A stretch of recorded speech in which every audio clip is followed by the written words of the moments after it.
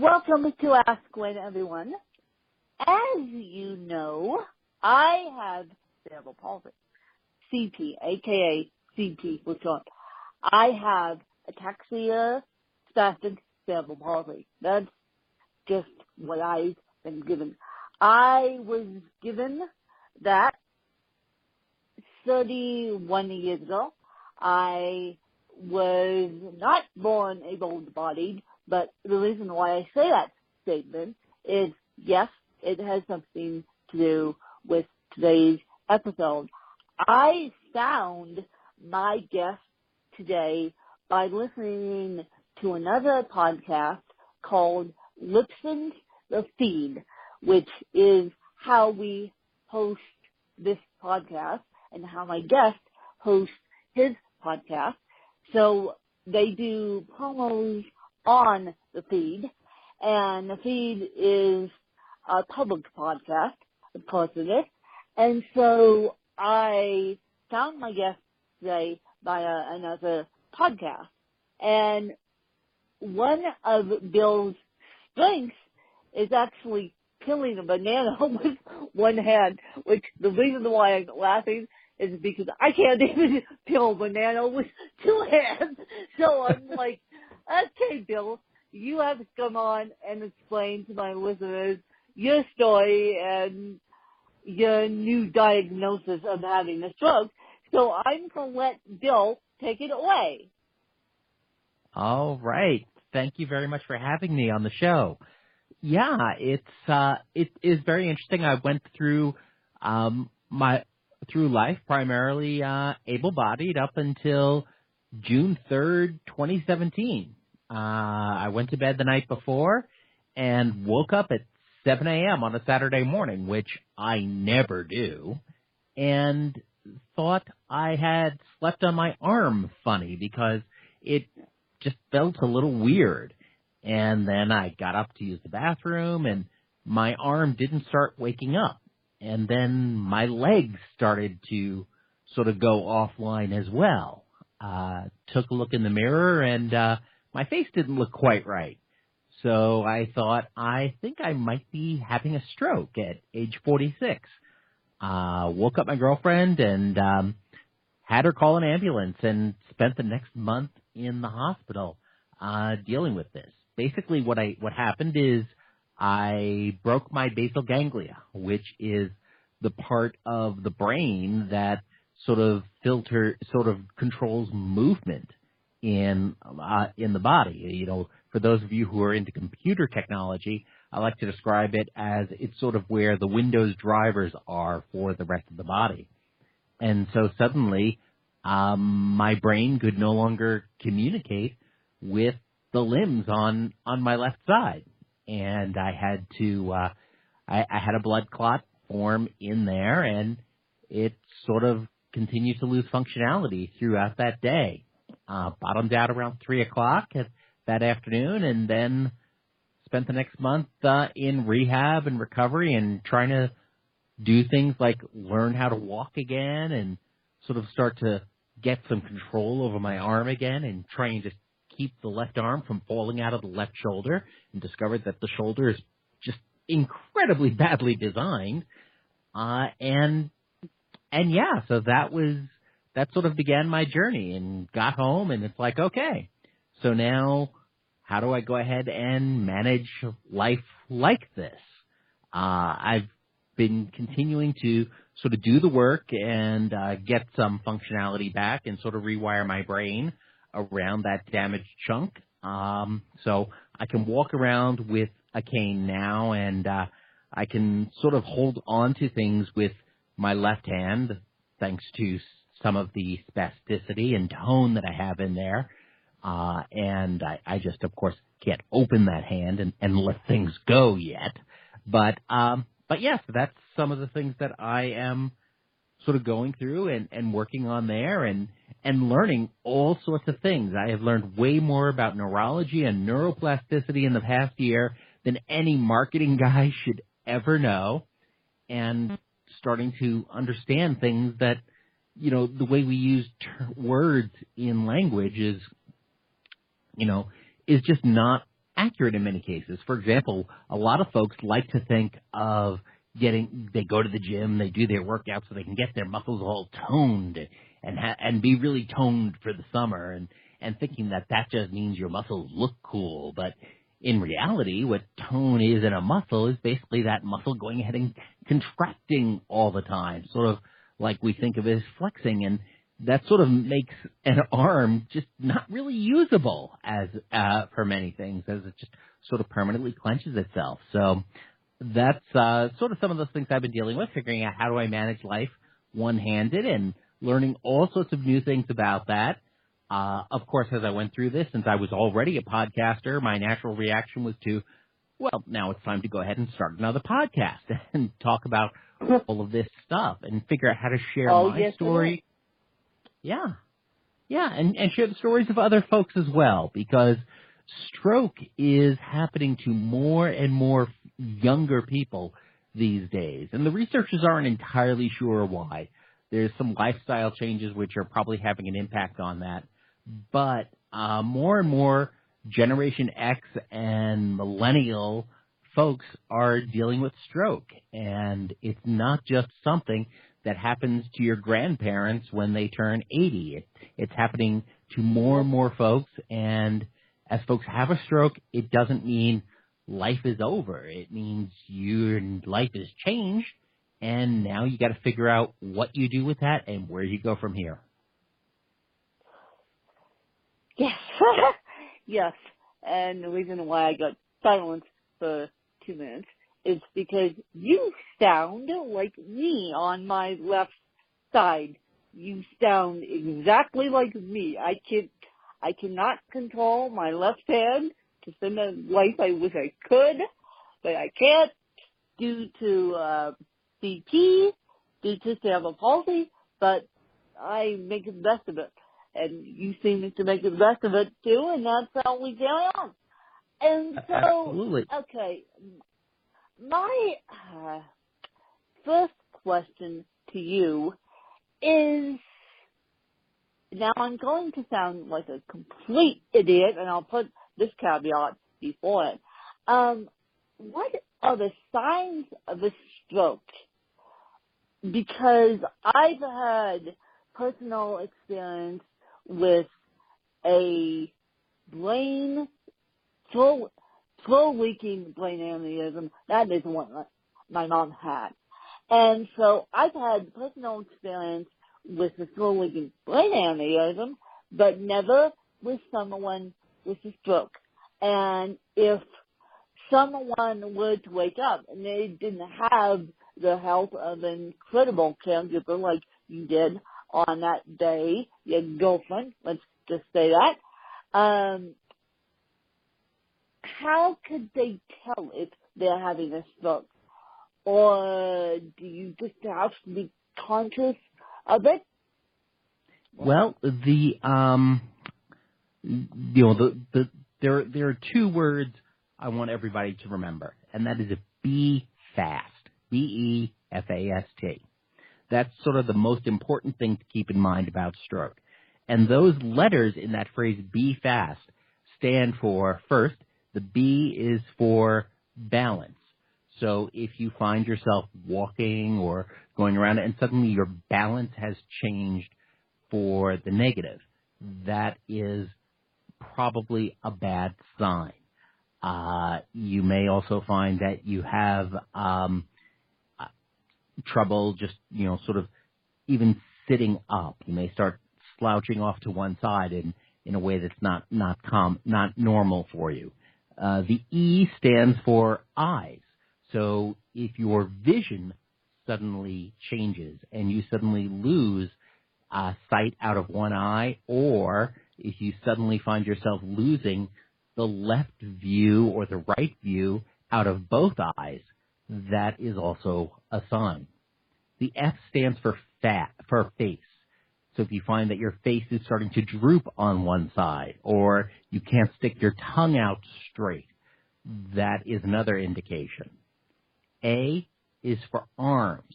So if you try to hold your arms out straight and you find you can't lift one arm, then that is another sign. S is for speech. So if you suddenly find yourself slurring your speech or having trouble accessing your words and accessing language, that is another possible sign. And T is for time. Time is so critical. So if any of this stuff starts happening, you or somebody near you needs to call 911 or whatever your local emergency number is and get to the hospital as quickly as possible. And here's the thing. Every stroke is different. You may or may not have all of those symptoms. You may only have a couple of them, depending on your on the stroke. But don't worry about making a mistake. Don't worry about a false alarm. When in doubt, go ahead and call 911 and let the medical professionals make that call. And be sure to tell them that you think you may be having a stroke, especially if you're younger, because they may not realize that they may just assume that a younger person is probably not having that. And once the EMTs get there, then they can provide that care.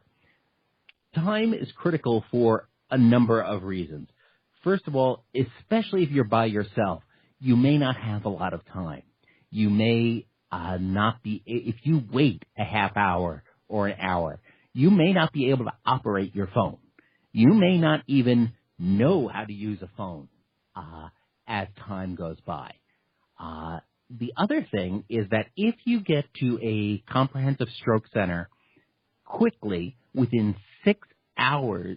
4 to 6 hours of the onset of symptoms, they can use a special drug called TPA, where if your stroke is caused by a brain clot, which is different from the kind that your mother had, but if your stroke is caused by a brain clot, this drug can actually go ahead and break that clot up and minimize the damage. Within 24 hours of the onset of... Let me jump in here. My mother wasn't even diagnosed, and this is going to make me so angry. The hospital, because they weren't treated, they weren't trained, and they didn't know how to spot a brain aneurysm when on a stroke. They gave her a bag of fluids, sent her home, and then her sister basically found her with her eyes rolling back in her head, and yeah, that's what started the months from hell. So basically, if so they missed it entirely. They missed it entirely, which the reason why I bring that up is because I live in a rural area, and a lot of my listeners don't live in the rural area. A lot of my listeners live in big cities. But if you live in a rural area and you don't have the time to get to a neurological center to cure this stroke, then what? Because if once you medevac a person out, you still have the chance of them losing consciousness on that medevac site. I mean, I remember asking my mom after they caught the brain aneurysm that she had, I said, how much memory do you remember that medevac site? She goes, a little. So now what I'm wondering is, okay, you had this stroke, you're out in the boonies, what do we do now? You know, all you can really do is get to a hospital of some sort as quickly as possible, because there is some conventional wisdom that says that if you're having a stroke, you should take aspirin to help break up a clot, which could solve your problem. But the problem is you have no way of knowing if your stroke is being caused by a clot or by a bleed.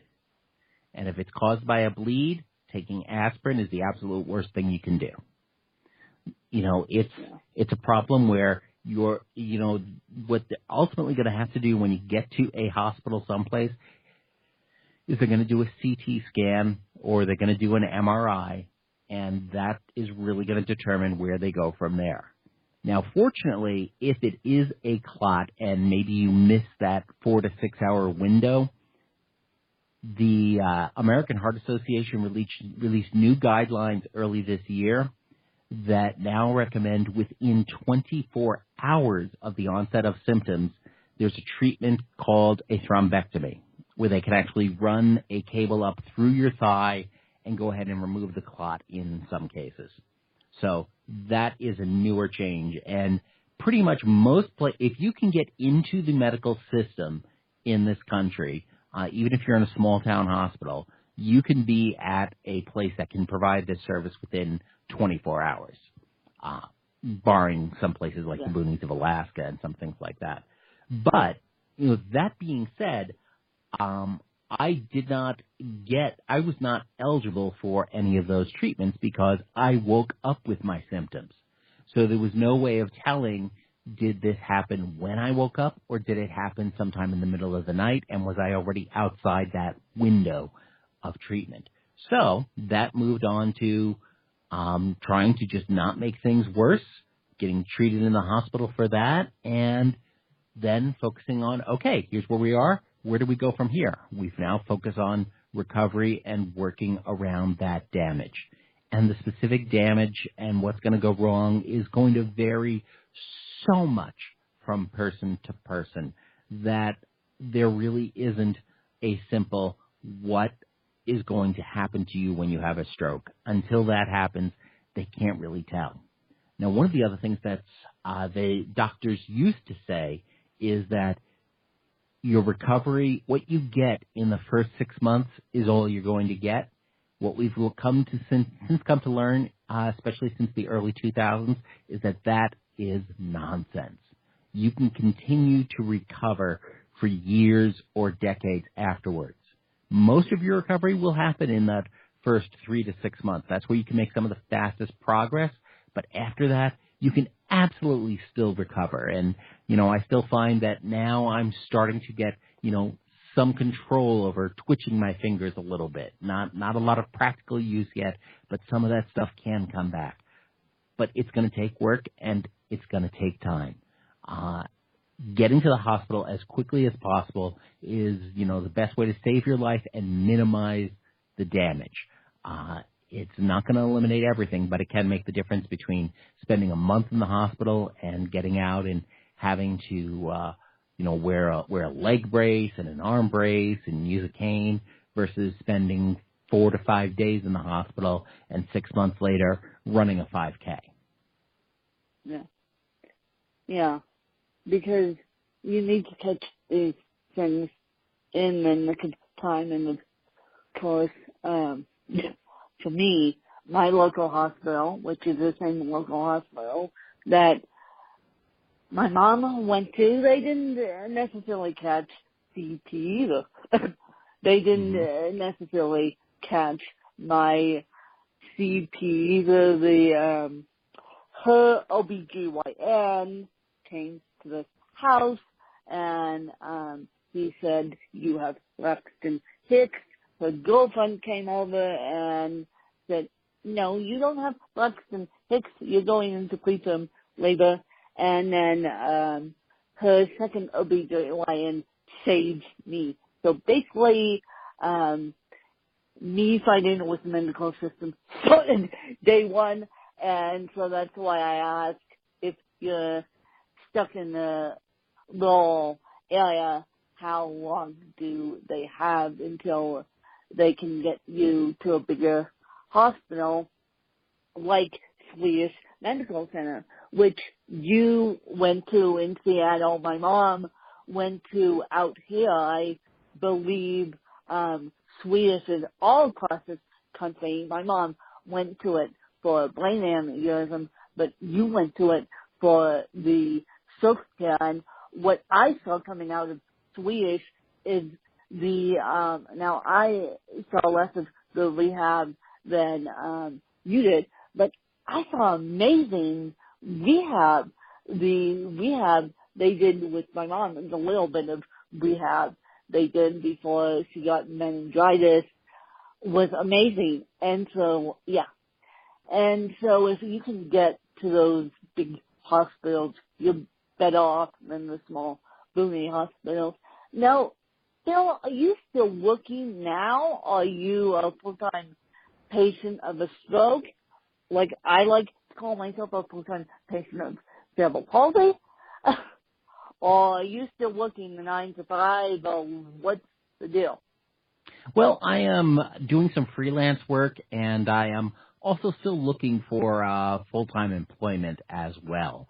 I was already out of work at the time of my stroke. I had been out of work for 9 months, and, one of the best investments I ever made in my entire life was paying my COBRA insurance premium, which, meant I had great health insurance when I went to the hospital and really had to use it. Yes.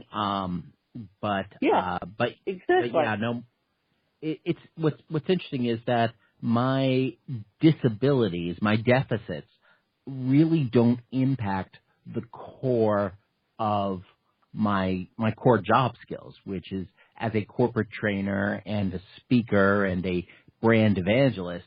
I really don't need both hands to do that. I really don't need to be able to run or jog. And really, I was never very athletic to begin with.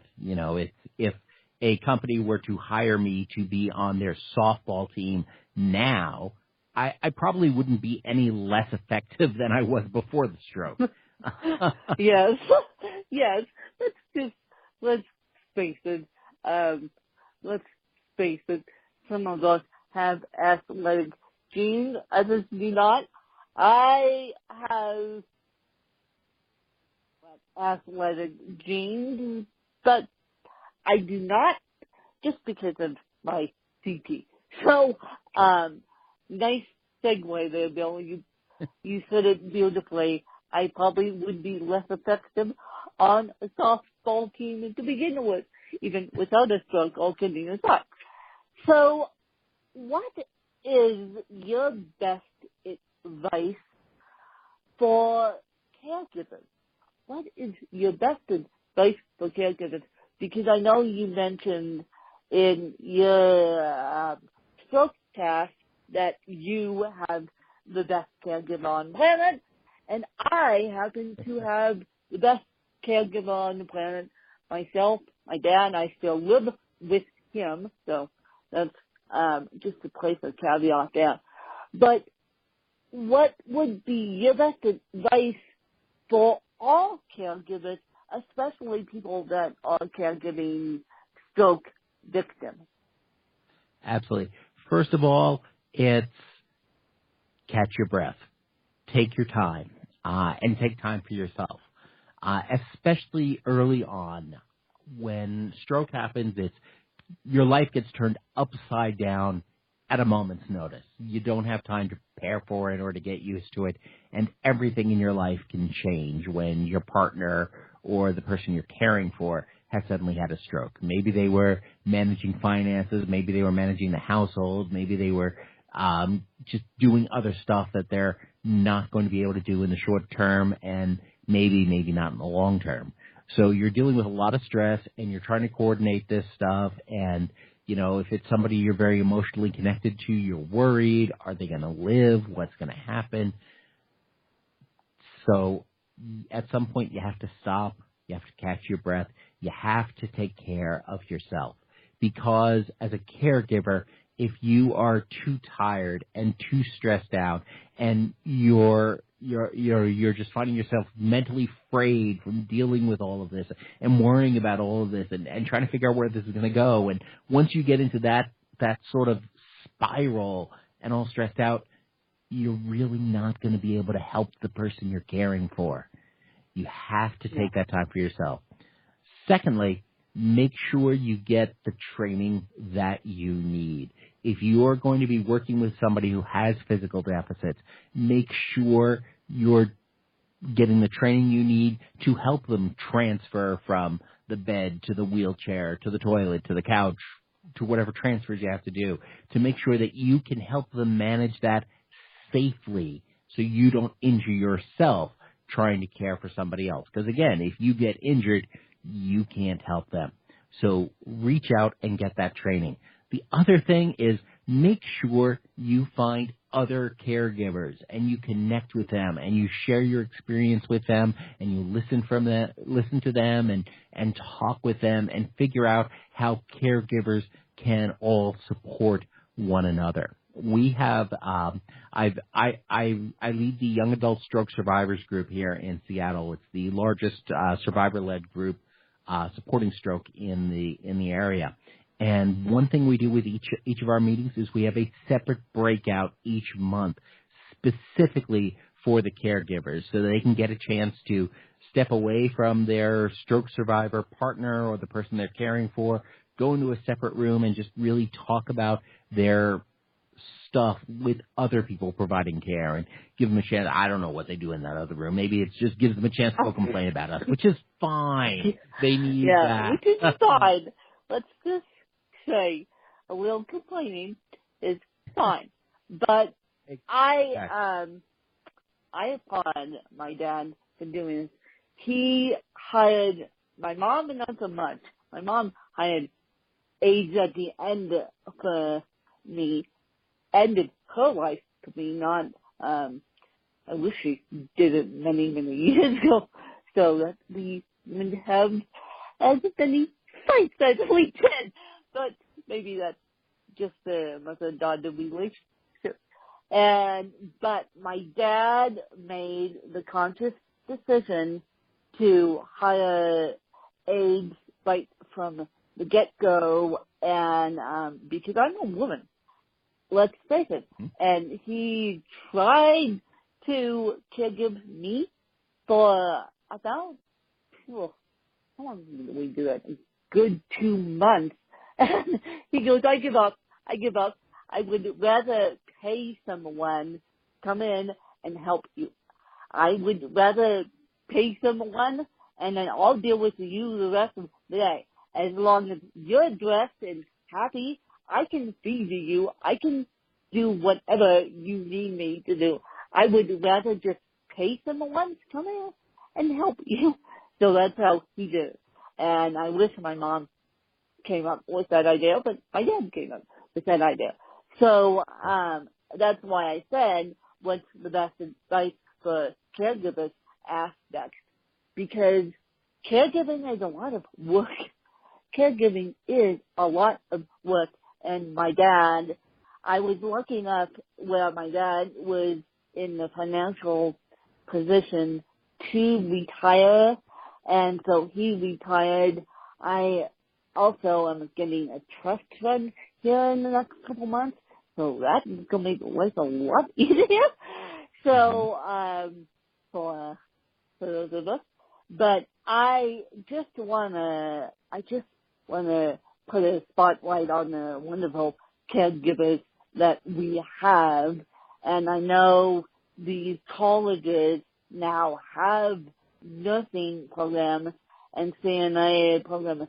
I don't know about the community college in Seattle, but I know that the community college in Colorado Mountain College, they have a fantastic nursing program. And one of the things I was going to mention to you guys is getting a student in here in a caregiving situation would probably help the primary caregiver. Bill, how do you feel about that?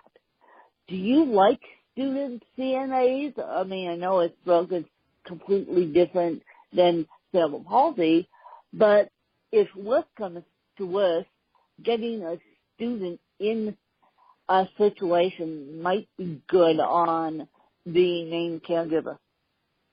Yeah, absolutely. I think it's important to go ahead and know where your limits are and where you're going to go. And, you know, when it comes to bringing in a student who can help out, who's got the appropriate training, Absolutely. It can definitely be a great solution. Now, what I would caution folks about is that if you're going to do that, I would probably suggest most folks actually go through a separate program that would hire them as as the aide to come in, because if you just go ahead and, theoretically you could do it just like when you bring in somebody to care for your kids, like a nanny situation or something like that.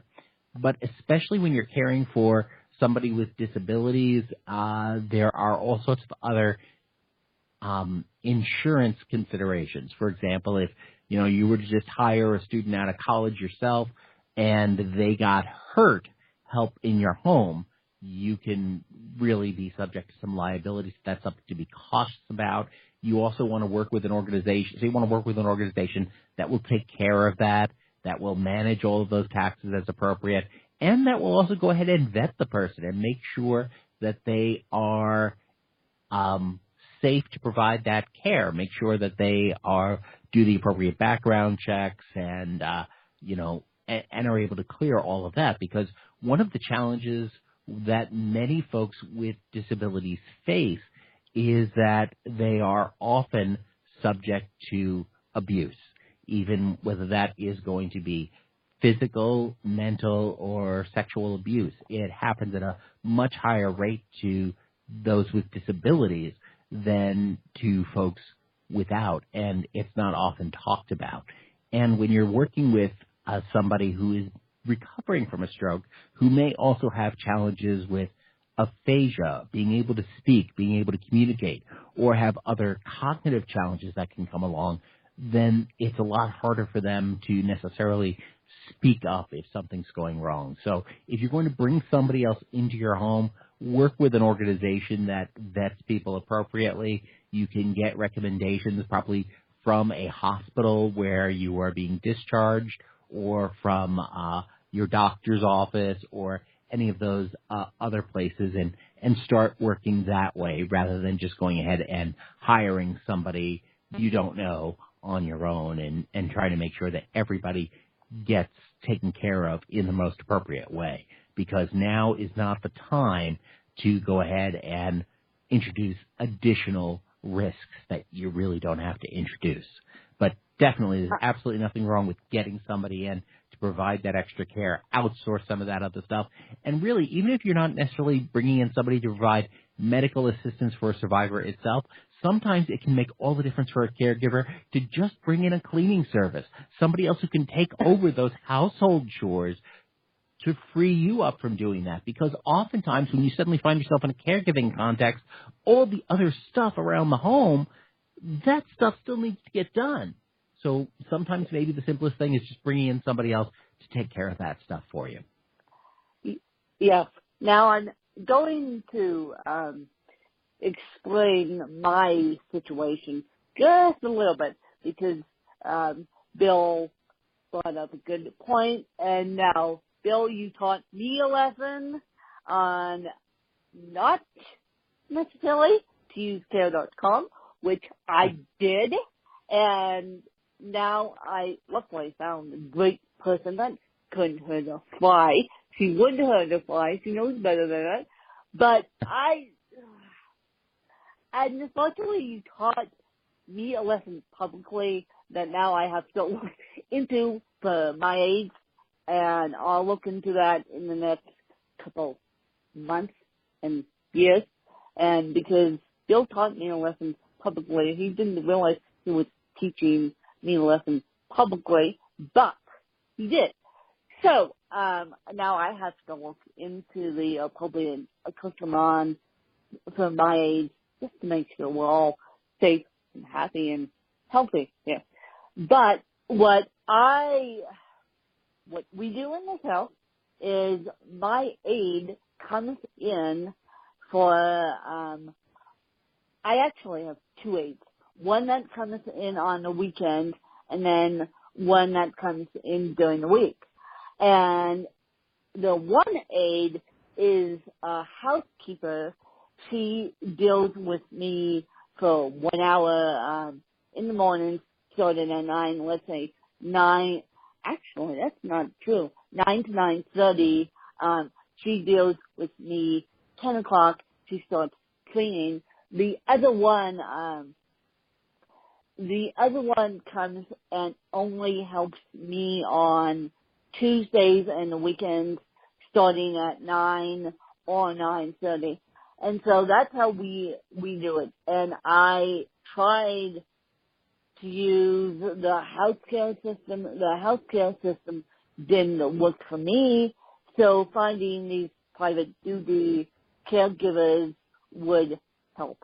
So that's how I do it. I know that Bill has support too. I mean, to peel a banana with one hand, you have to have support. I'm laughing at that because I can't even peel a banana with two hands, which I said at the top of the phone call. So I know that. Plus, bananas are just inherently funny fruit. Oh, Bill. Where are we going? Okay. So that's why Bill and I need help. And we try and have a positive attitude about this because let's face it, we're walking like we're nuts. I look like I'm half drunk even when I haven't had a glass of wine. And yes, I do drink wine because I'm not on any medications for cerebral palsy. I'll admit that publicly on the podcast. The only thing I'm taking is vitamin D. And so I look like I'm half drunk. And Bill with his cane probably looks like he probably scares people too when he walks into a room. I don't know if he does or he doesn't. Bill, do you scare people when you walk into a room? What's interesting is there are several different reactions I get from people. Some people just get nervous about me, wondering if I'm going to fall over on them. Some people decide that they are going to be very smiley and supportive to sort of demonstrate almost like how supportive they are of folks with disabilities. And the other thing I have found is that when I'm walking around the streets of Seattle, the homeless and the folks who are out on the street, living on the street and whatnot, are just awesome to me. They, that was one of the things I was initially worried about once I was going out walking with the disability, is that now I am more vulnerable and I could potentially have more problems. But what I have found is that folks who are down on their luck are now, they're going to smile at me, they're going to nod at me, they're going to be like, hey, how you doing? And just a lot friendlier than before I had the disability. At one point, I got a disabled person discount from a homeless guy. I was walking down the street, and he's looking, and he's saying to everybody who's passing by, hey, can you give me a quarter? Can you give me a quarter? Can you give me a quarter? I walk past him. He goes, hey, can you give me a dime? And, yeah, exactly. So Now my next question is, you don't happen to have a favorite outdoor activity? Because I know, I just got an e-bike, by the way. You guys, so this is why I'm asking this question. And I know Seattle, because I read it somewhere, Seattle has a huge e-bike population, and you guys can see that e-bike on my Instagram. I didn't take it out today because it rained, but probably tomorrow I'll take it out. And so you don't have any favorite outdoor activities, do you? My main outdoor activity, I like to, sort of go out and, spend time walking around. I play a lot of Pokemon Go, going out there and playing that on my phone and going to the different parks and whatnot in the area. But generally what I like to do when I go out is often just, sort of go to a coffee shop and read, or pull out the computer and work on stuff there, or work on writing. I like being able to just sort of sit outside and soak that up. One of the highlights of my day when I was in the hospital was most days in between therapy appointments, I would just get wheeled down to the Starbucks in the lobby and then get some coffee and then go sit outside. And even if that's just to sort of sit there and break up the monotony of the day and sort of soak up, the little bits of sunlight that are there. Now, and sunlight. Yeah, and of course in Seattle we only get about 4 months of sunlight, and the rest of the year it's just sort of perpetual drizzle. I was just going to say that. By the way, I was just going to say that. No, I'm looking out the window right now as I say this, and it looks like Seattle with a right now as I record this podcast with you. I'm thinking, how perfect! We record this podcast on a drizzly, rainy August day, and so I'm like, no fat chance I'm getting out on a bicycle today. Me and a wet e-bike, not happening. But okay. And so before I let you go back to doing amazing awareness work, amazing awareness work with the stroke cast, and I want to know, do you have a couple of questions to me? Sure.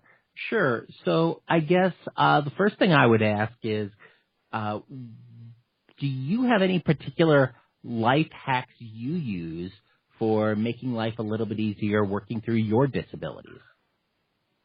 I won't call it a life hack. I use Siri. I use Apple's Siri dictation. I guess you can call it life hack for every single little thing I do on my iPhone.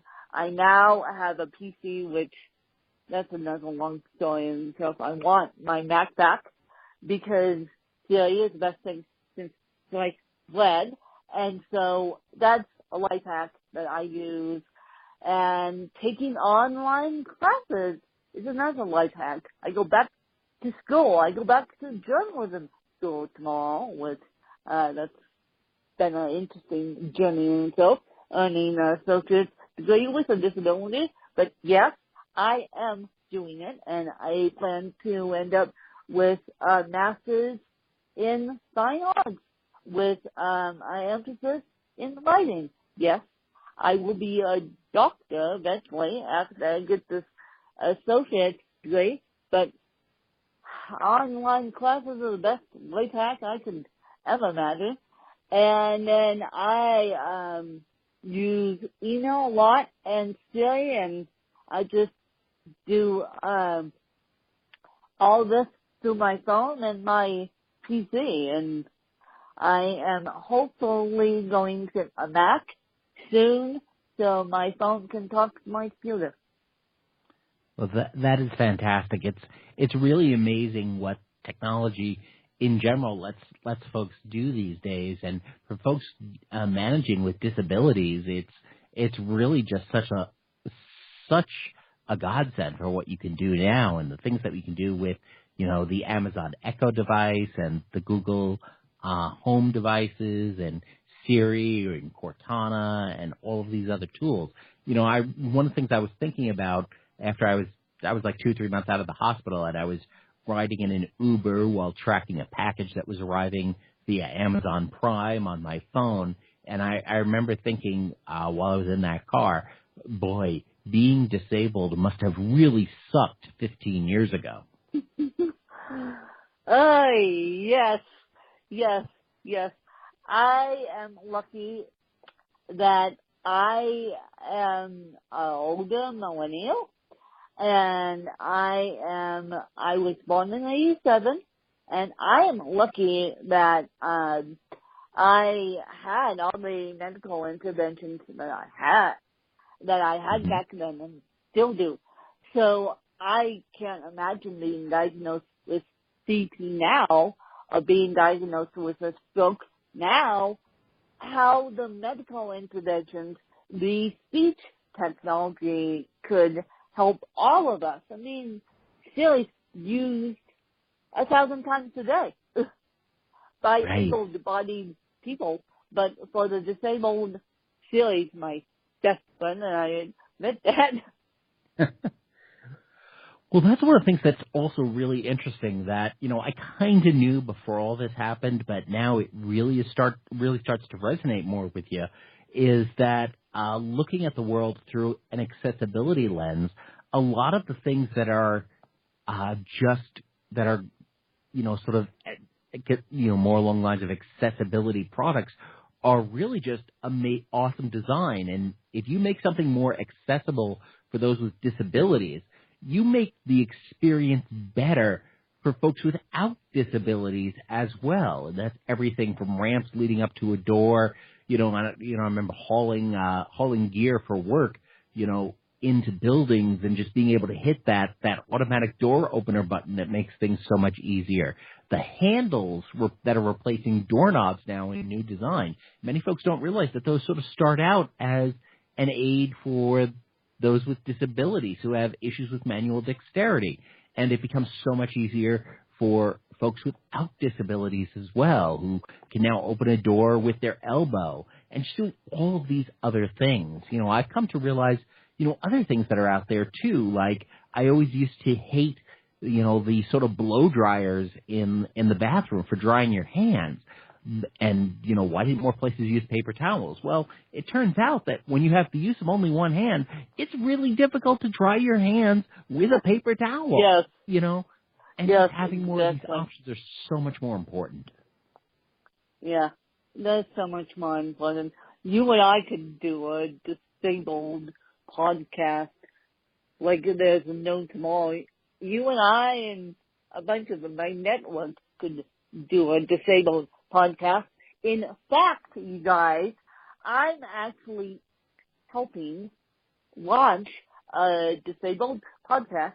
A mother and daughter team are doing it. I'm just behind the scenes. I'm not going to be the face of this one. I let them do the work, and I just do the magical upload and coaching and cheerleading.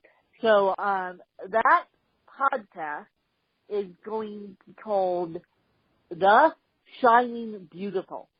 And it's based on a book, which the book is on Amazon, and it's called The Shining Beautiful series.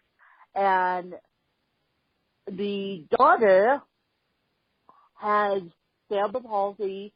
She was adopted from, I'm about to say, Korea, and her mom, who's the saint of all saints, took this child in, and she wasn't even diagnosed with CP at the time until she got here, and then they diagnosed her with CP. And so now they're turning their book into a podcast, and yours truly is helping with that. So awesome. We're going to be looking at how to make communities better for the disabled. The daughter is going to be interviewing her team. The mother's going to be interviewing the people that help people with disabilities. I'm going to be on this podcast. They've already said, well, yes, you need to be on this podcast because you're the inspiration behind this podcast. So I said, awesome. Sure. And so we're going to be looking at a brighter future for people with disabilities. So along with the stroke cast, when Shining Beautiful comes out, I think you guys should subscribe to that because we need to make this world a better place for people with disabilities. So Bill and I don't get so frustrated. And Bill, as we tie up this interview, what would be your piece of advice for the able-bodied individual who's probably listening to this podcast, and let's just say who probably has tears in their eyes right now listening to us speak, and what would be your advice to the able-bodied person who may not understand disabilities or stroke or cerebral palsy, what would be your advice? My advice would be to listen to folks and ask honest questions. Be aware of what other folks may be dealing with and just from an open-minded perspective.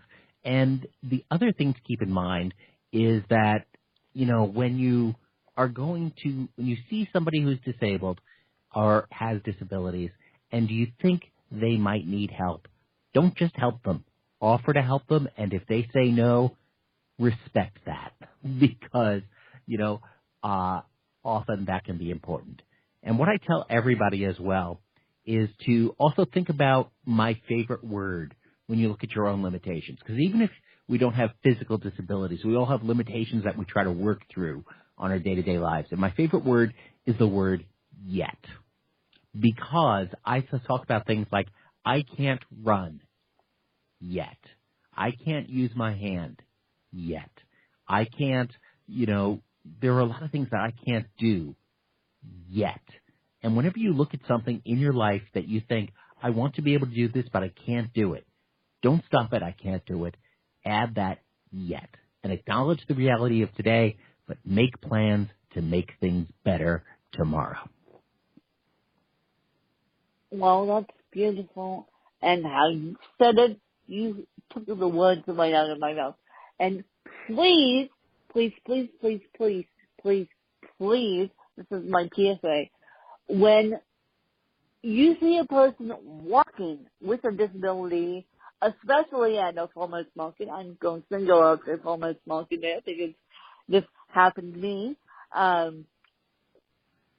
make sure you say, excuse me, loud enough so that people would move out of your way, because 9 times out of 10, they're standing there and you're coming through. I haven't been through on my bike, which, yes, I have, on my old bike. Yeah, I did do this, and they would just stand in my way. So make sure you just move out of the disabled person's way.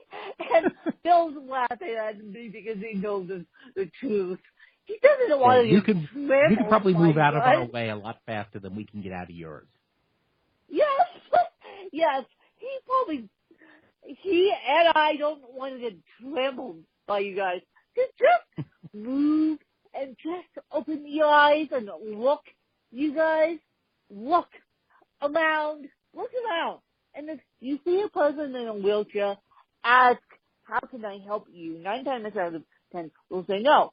If you can grab it all for a person, you make my day a little bit easier. You make Bill's day a little bit easier.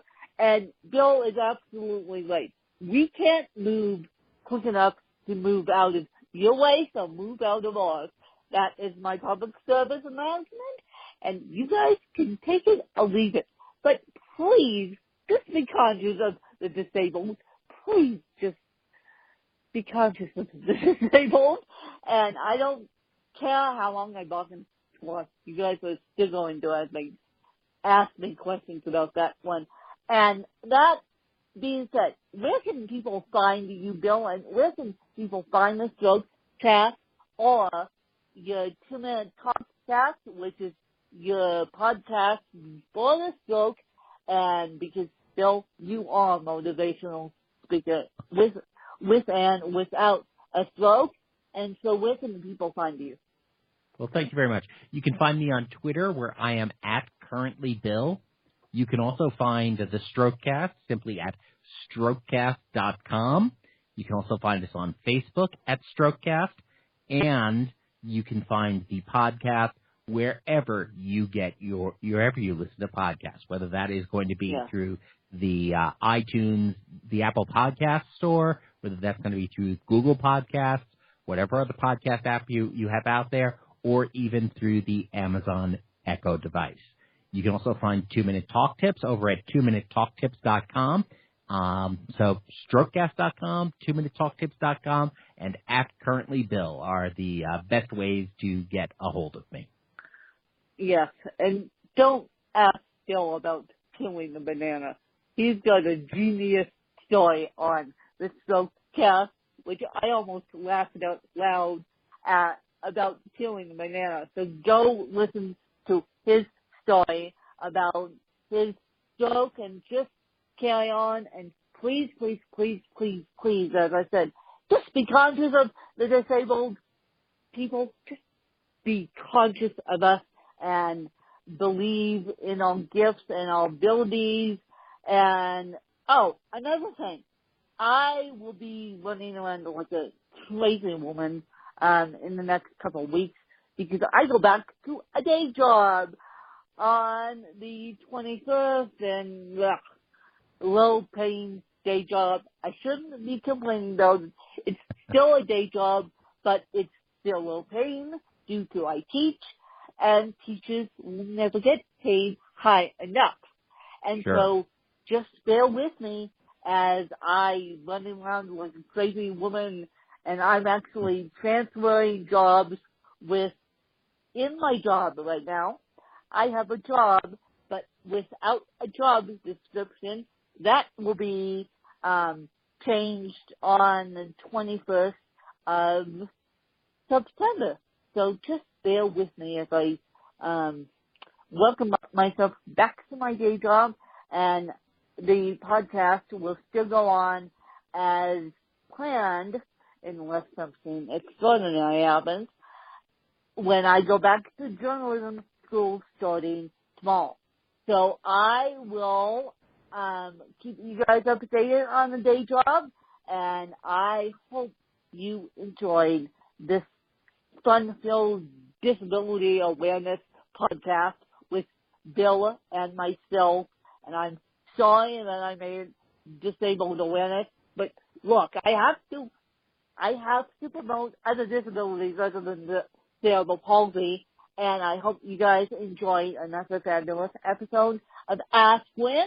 And if you guys are running on these trails and you want more information, all Bill's information can be found in the show notes. And I will see you guys later. And bye, you guys.